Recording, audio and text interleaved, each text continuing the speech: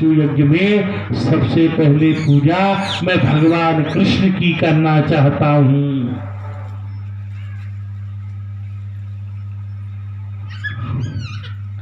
स्वीकार कर लिया है सभी राजाओं ने, लेकिन वहां एक है जो कृष्ण पूजा का बहिष्कार करता है, उसका नाम है शिशुपाल, जो भगवान कृष्ण का भांजा है।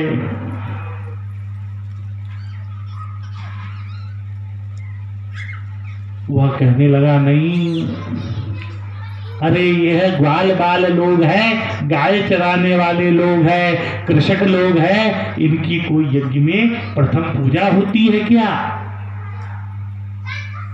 और भगवान कृष्ण का नाम ले लेके यदुवंशियों यादवों को वह अशब्द कहने लगा। भगवान कृष्ण उसके अपमान को गिन रहे हैं। ऐसे जब 99 दफे शिशुपाल ने भगवान कृष्ण का अपमान किया, तब भगवान कृष्ण ने कहा, हे शिशुपाल, अब तू शांत हो जा। क्योंकि उसकी माता को भगवान कृष्ण ने वरदान दिया था। उसकी माता ने कहा था, हे कृष्ण, मेरा पुत्र शिशुपाल है, यदि वह अज्ञानता में तेरा यदि अपमान कर दे तो उसे तू 100 दफे क्षमा कर देना। भगवान ने उस बात का स्मरण किया और वैसे ही शिशुपाल ने भगवान शिव कृष्ण को अशब्द कहे। उसी समय भगवान कृष्ण ने सुदर्शन चक्र लिया और उस शिशुपाल के मस्तक को काट दिया। उसमें से एक जोत निकली जो भगवान कृष्ण में चली गई। शिशुपाल का वध हो गया।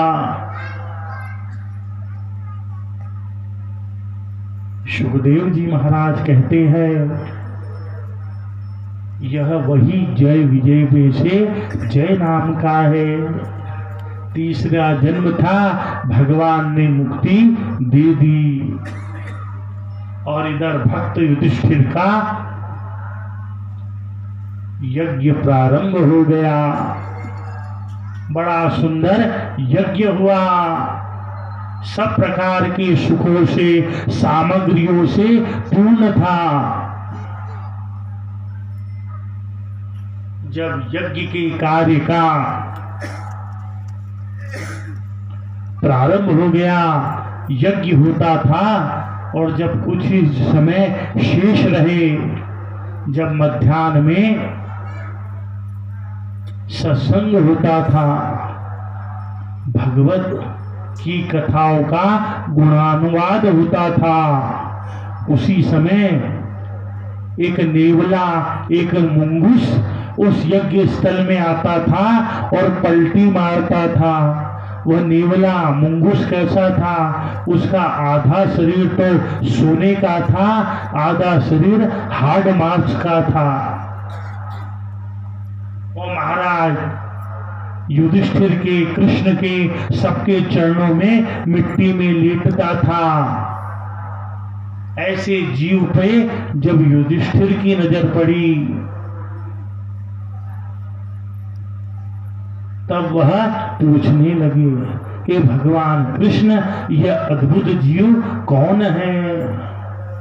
ये क्या चाहता है जिसका आधा शरीर सोने का और आधा हाड़ मांस का है?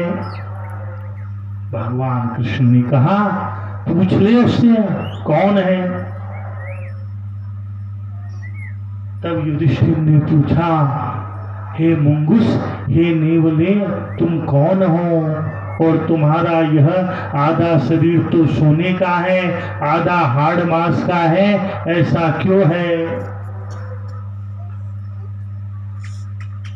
तो वह नेवला कहने लगा, हे राजा युधिष्ठिर, मैंने सोचा था राजा युधिष्ठिर राजसू यज्ञ कर रहे हैं तो मेरा आधा शरीर जो हाड़ मांस का है वह भी सोने का हो जाएगा, लेकिन तुझसे अच्छा तो वह ब्राह्मण का यज्ञ था जिससे मेरा आधा शरीर सोने का हो गया।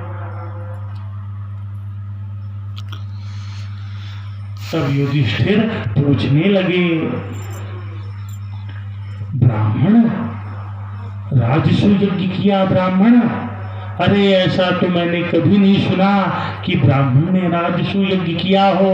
तो वह नेवला कहता है, हे युधिष्ठिर, एक गरीब ब्राह्मण था, वेद वेदांग को जानने वाला था, लेकिन भाग्य का मारा हुआ था। भिक्षा की याचना करके अपने परिजनों का भरण पोषण करता था। एक समय जब महाअकाल पड़ा तो वह ब्राह्मण का परिवार और उस ब्राह्मण पर बड़ी विपत्ति पड़ी और वे अपने परिवार का रक्षण करने के लिए वह ब्राह्मण कहीं से 3 रोटी, सूखी हुई रोटी लेके आया। उसकी एक पत्नी है, एक पुत्र है, एक स्वयं ब्राह्मण है, और वह रोटी लेके आ गया।